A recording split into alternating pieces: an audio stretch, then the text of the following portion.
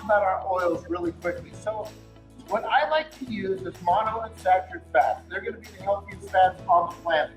So I'm always going to reach for canola oil, and I'm guessing you've got bottles like this that say vegetable oil. So not a healthy oil. You only paid $1.99 for it. I toss it away.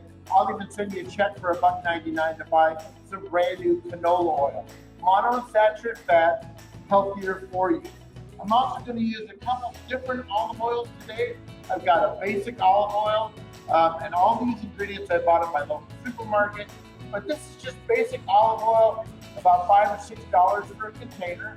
Good for all-purpose cooking. And I've got some little higher end. This happens to be a Hy-Vee brand, cold press olive oil, which I'm going to finish the dish with. But now, I did say healthier. These oils are healthier, better for you. But here's what you have to remember. Fat is fat. It's pure weight-gaining, calorie-causing fat. There's about 128 calories per tablespoon.